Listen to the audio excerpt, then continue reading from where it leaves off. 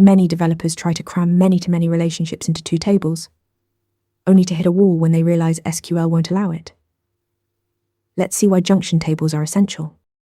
A many-to-many relationship means that rows in both tables can relate to multiple rows in the other.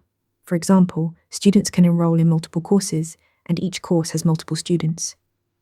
Each student links to many courses, and each course links back to many students. Here's the problem. Relational databases cannot directly represent many-to-many relationships between two tables. If you try adding a foreign key column to students pointing at courses, you can only store one course ID per student. If you try storing multiple IDs in one column, like a comma-separated list, you break normalization rules and can't write efficient queries or enforce referential integrity.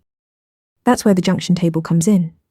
Also called a join table or associative table, it sits between the two parent tables. Each row in the junction table holds two foreign keys, one referencing a student and one referencing a course.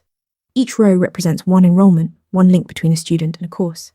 The composite primary key on both foreign keys prevents duplicate enrollments, so you can't accidentally enroll the same student in the same course twice.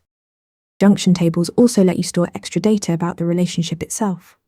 Want to track when a student enrolled in a course? Add an enrollment date column. Need to store a grade or a role? Just add those fields to the junction table.